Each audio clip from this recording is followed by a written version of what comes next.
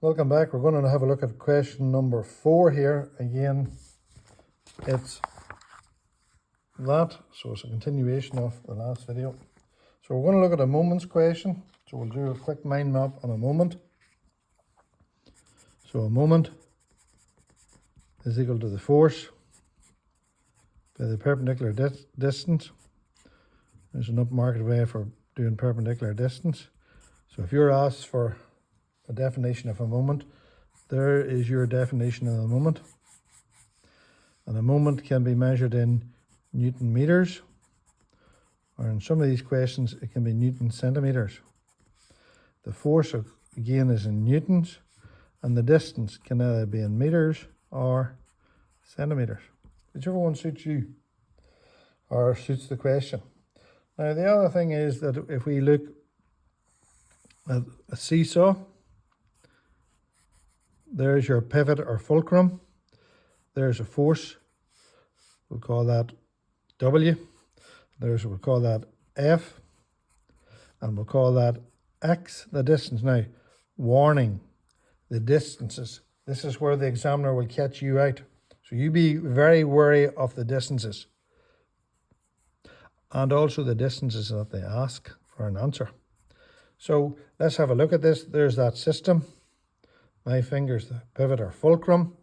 That makes the whole system move clockwise, like a clock. This one here makes the whole one move anti-clockwise. Fair enough? So if the thing is in equilibrium, if you take moments about a point, which we're going to take moments about the fulcrum or pivot. So we're going to take moments about the pivot or fulcrum. We know that the sum of the clockwise moment is equal to the sum of the anti-clockwise moments about that point. So we know this makes it go clockwise. So F times Y, force by distance, is equal to W times X. The last one of these, I suppose, is remember that the force up is equal to the force down. So if you put your finger in there, you'll nip it. So what causes that force? Well, the force up at the fulcrum, force up, is equal to the weight plus the force down. And that's more or less moments. So let's go and do the question. There's a mind map. Have a look at it. You did mind maps in class. Have a look at them. So a uniform meter rule. What is a uniform meter rule? Means that the weight, the center of gravity, a point where all the weight appears to act, is in the center. So if this is a uniform meter rule, that's 50 centimeters and that's 50 centimeters. There's your pivot or fulcrum. Let's have a look. Well, common sense would tell you that A must be the heaviest one. If you're at a children's park and you're sitting there and maybe your smaller brother or sister sitting over there, well, you're closer to the pivot. If it's in equilibrium, the two moments, let's have a look at the two moments. The anti-clockwise moment is equal to the clockwise moment. So which box, A or B, has the greater mass? Well, the answer is A. The moment produced by the box A is 12. Now look at the unit, Newton centimeters. So the distance is going to be measured in centimeters. Have a look. Go back. I told you to watch for this. So what is the size and the direction of the moment produced by B? Well, if it's in equilibrium, the two moments have to be the same.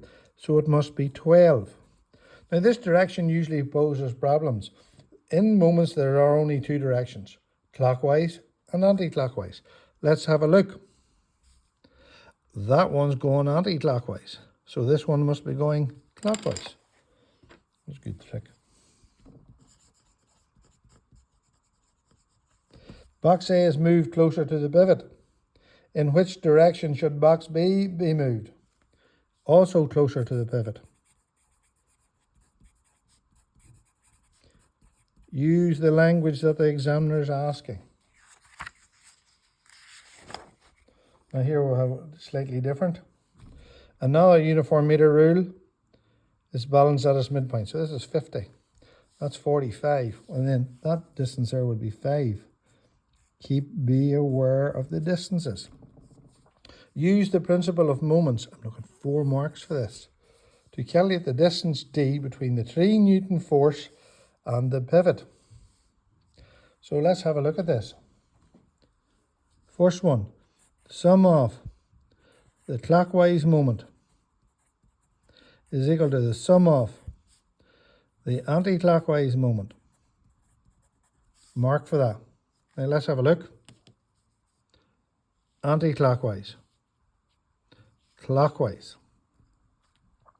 So, clockwise. Force by distance is equal to force by distance. The distance is in centimetres. I'm going to keep it that. So 90 is equal to 3 times d. Slow down and think. What number do I multiply by 3 to get 90?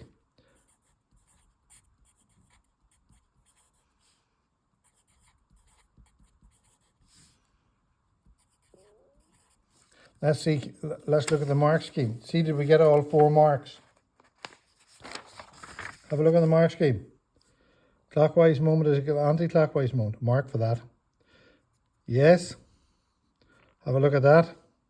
1 plus 1. You get 1 for one side and 1 for the other, and 1 for the answer. So if you just write down 30, you get it wrong. Fair enough. So that's that question done. Now here's a velocity time graph. Remember, the first thing you should do when you're looking at any graph is these units here. It's a velocity time graph. You know why? It says so. The next thing you should do is write down, there's 3 things you can tell. Velocity at a time. Read off the graph with a ruler. 2. Slope is acceleration. And 3. Area enclosed is displacement. So now I've got all those things done. Now I'll be able to do the questions. So calculate the total displacement of the car during the time 0 to 15. Now please be careful with these. There's 0, there's 15, there's the shape. Look. So displacement equals area enclosed. I'm trying to work for these 3 marks. So what is the shape? It's a triangle. That's 15. That's 20. So it's a half of 15 times 20. 15 times 20 is 300, and a half is 150. What's the units? Meters. So did I get the full marks? Did. You look at the mark scheme. Again, you should have this sitting on the table beside you. You should be looking, I need to get the 3 marks. What are they? Describe the motion of the car during the time 25 to 30. There's 25 and there's 30. Constant speed of 5 meters per second.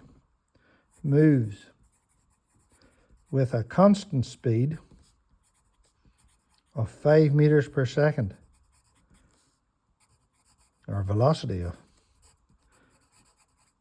5 meters per second. And in that case, the forces would be balanced, Newton's first law. During which time period is the car stationary? Well, during which is the car stationary? The answer is, have a look. It's got no velocity there. Look, see along there? Use this pencil. See along there? It's got no velocity. How do I know that? Because it's got no velocity. So be careful, take your time and read the scales. 15 to 20.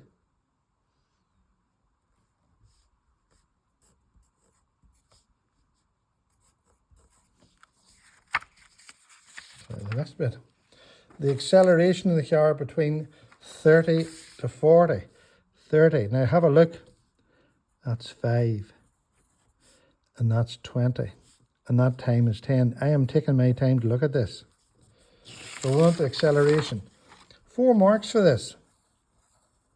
First one, acceleration is equal to the change in the velocity over the time taken. A definition for you to learn. Acceleration is equal to the rate of change of velocity. What does the word rate mean? Divided by time. What does change mean? End, take away start. So it's the velocity at the end, take away the velocity at the start divided by the time taken. Here's the question. Can you rearrange that? AT is equal to V minus U. AT plus U is equal to V. V equals U plus AT. You should be able to rearrange this formula. If you're unsure, have a look at the mind map. It shows you how to do it. So let's put in the bits and pieces.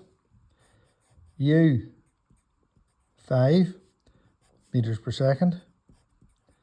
V, 20 meters per second. Let's say this is exciting doing this. The time taken, 10 seconds. So what's the acceleration? A equals V minus U over T. And the T is 10. 15 over 10, known more as 1.5 meters per second squared. The units there. Have a look at the mark scheme. Did I get all the marks? Formula. You have to learn it. Putting the numbers in the right place. Answer. So that's another question done, I believe. Now, here we have radioactivity. Remember, let's do a quick mind map for this one. A cross zebra. What's this boy at the bottom tell you? Number of protons. It's also known as the atomic number. The top number. Number of nucleons. And nucleons are only found in the nucleus. It's also known as the atomic mass. Sometimes referred to as the mass number. Right? So we can have the next one that we need to know are the 3 particles that are fired out: alpha, beta, gamma, and we need to know the symbols. 4, 2, He, not E minus 1. A fast moving electron from the nucleus, and there's no electrons in the nucleus. Well, let's have a look what happens. It's believed a neutron changes into a proton and an electron.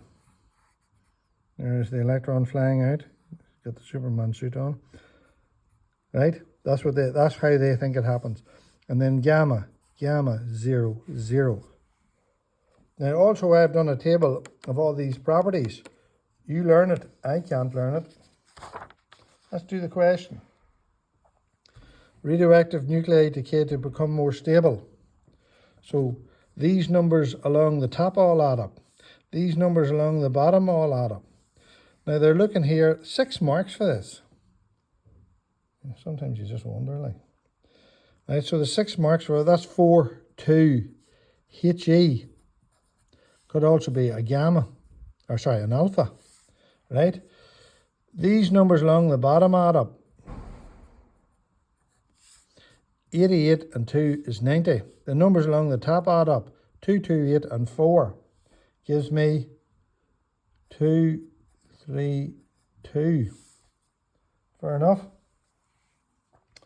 Now the next one, you've got palladium, I believe, goes to palladium plus a gamma. Now remember, you need to know that's not, so it's 91, 2, 3, 4. So do you see the value of these? You either know them or you don't. If you learn them, you know them. What's the other rule? The numbers along the top add up, the numbers along the bottom add up. What's a sort of a trick question, that one there. Now, this radioactivity on half-life. So the half-life of anything is the time taken for half the number, the initial number of the radioactive nuclei to decay. So it looks like this here. It's an exponential decay. So we usually have activity up along here. And activity is measured in becquerel. I was going to do my French accent there, but I couldn't be bothered. And here's your time along. Yes. And if we call that N0, the number at time naught, well, the half-life is N0 over 2, and you read it off. And that's the half-life, T subscript a half. The time taken for half the initial radioactive nuclei to decay, to fall to half the number. And remember, the nuclei, the radioactive nuclei don't disappear, they change. So that's the half-life. It's a time. Time. Know the definition of half-life. It's the time taken for half the initial number of radioactive nuclei to fall. So it's the time taken for the radioactive nuclei to fall to half their initial value. The time taken for the number to fall to half. And you might be asked on this exponential decay curve, you might be asked to plot that. Again, on a graph, you only use a ruler and a pencil. Let's see, can we do this question now? The activity of a radioactive source falls from 800 per minute to 100 counts per minute after 87 years. Calculate the half-life.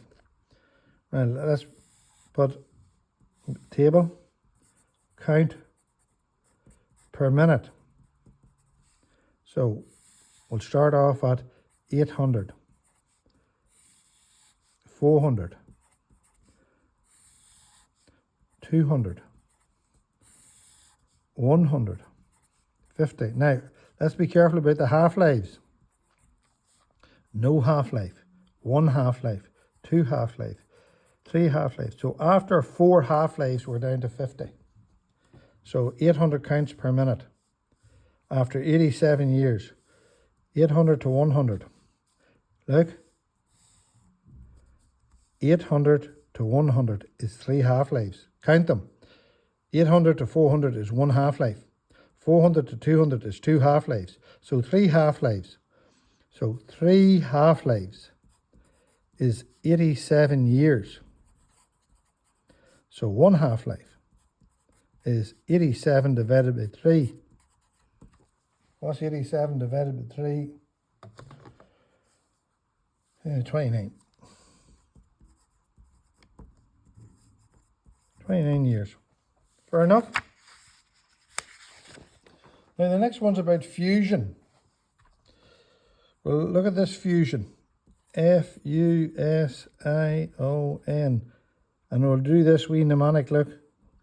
Sun, do you see the way the sun's in there? S-U-N. It happens in the sun where you have deuterium and tritium. And it goes to helium. Now, 3 and 2 is 5. And a neutron. And energy. And it's the energy you want. Notice the numbers along the top all add up. Numbers along the bottom add up. And the other thing is we need a 10 to the power of 8 Kelvin to combine these two nuclei to fuse. They are isotopes, same atomic number, different atomic mass. 10 to the 8 Kelvin is quite hard to achieve, and that's the problem at the minute. So let's have a look at this question now. It says, name 2 different isotopes of hydrogen. There. Deuterium and tritium. Fair enough. Source. They're found in the sea. And the byproduct. Well, the byproduct, see when I write that formula down, I have all the answers there. So I write it down at the bottom. This is exam technique. I can write all the answers. Deuterium, tritium, helium, a neutron, 10 to the 8 Kelvin is the high temperature you need to combine these two nuclei. Remember, the nuclei are positively charged and will be trying to push each other apart. So therefore, that's why it's high temperatures. And nuclear fusion is the source of energy of which group of objects in the universe, or the stars? Our near star is the big orange thing in the sky called the sun. How many times more energy? Well, this is one of these things you know you don't. 4 million. Just learn that. State two major difficulties. I said one of them is here. Achieving that high temperature. Right? And they're also rather expensive. So there's your one is, I'm not going to use full sentences here. I'm just going to use words, but you always use full sentences. Expensive and containment of high temperature. Now, so isotopes go up here. Deuterium, D-E-U-T-E-R-I-U-M. Tritium, T-R-I-T-I-U-M. Tritium. Seawater. Helium. You'd be able to fill your Mickey Mouse balloon with that and have a squeaky voice. That would be exciting. Let's do the next question. It says the average velocity for the first part of a car journey is 12 meters per second. The displacement is, be careful. Always remember, the examiner is not your friend. He or she wants you to fall into the abyss. Average velocity. Now again, you should know that average velocity is total distance over total time. A mark for that. So there's your mark. I'm looking for 4 marks here. Now, what's the total distance? Warning. See that? Meters. Now, again, rearranging formula. The being of my life. Remember, 6 is equal to 12 over 2. Match it up and take time to think. So 2 is 12 over 6. Apply the same rules here. T is equal to 3,120 over 12. And you get 260. Now, another trick for exam technique. Learn to turn it on this time. 3120. 3120 divided by 12. Do the calculations twice, just in case you make a hymns of it. The car then completes the journey by returning to its original starting position. What's the displacement? Well, if you get into the same bed tonight as you got out of this morning, your displacement is 0. You might have travelled a huge distance, but your displacement is 0. Now, velocity. Average velocity is total. Now, watch the language I'm using here. Total displacement over total time. If your total displacement is nothing, 0 divided by anything is still 0. Fair enough? Nice trick question asked by the examiner there. Last question. Looks like a sea eagle. A bird hovers above the sea before diving downwards. The bird has a mass of 6 kilos and is initially at a height of 8 meters above the water. During its dive through the air, the bird loses 10% of its initial energy. By first finding its gravitational potential energy, calculate the velocity of the bird out. Now this is to do with the conservation of energy. So we're going to look at its potential energy. And again, there's a formula. If you don't know it, I told you to learn it. I can't learn it for you. Potential energy measured in joules. Mass is measured in kilos. G is 10 meters per second squared, and the height is meters. So let's see what the bird is. So the potential energy of the bird is the mass of the bird. 6 by 10 by 8. 480, I believe. 480 joules. All energy is measured in joules. That's the first question. Now, he loses 10%, so he loses 10% of this. So 48 is 10% of 480. So go to the calculator. 480 minus 48. So the energy at water is equal to 480 minus 48, which is 432 joules. Now, kinetic energy. Formula, K equals mv squared over 2. So 432 is equal to the mass 6 by v squared over 2. 432 is equal to 3 times v squared. 432 over 3 is equal to v squared. 432 divided by 3, 144. So v squared is equal to 144. So v is equal to the square root of 144. So v is equal to 12 meters per second. 12 meters per second, right? There's that formula again. You need to know it.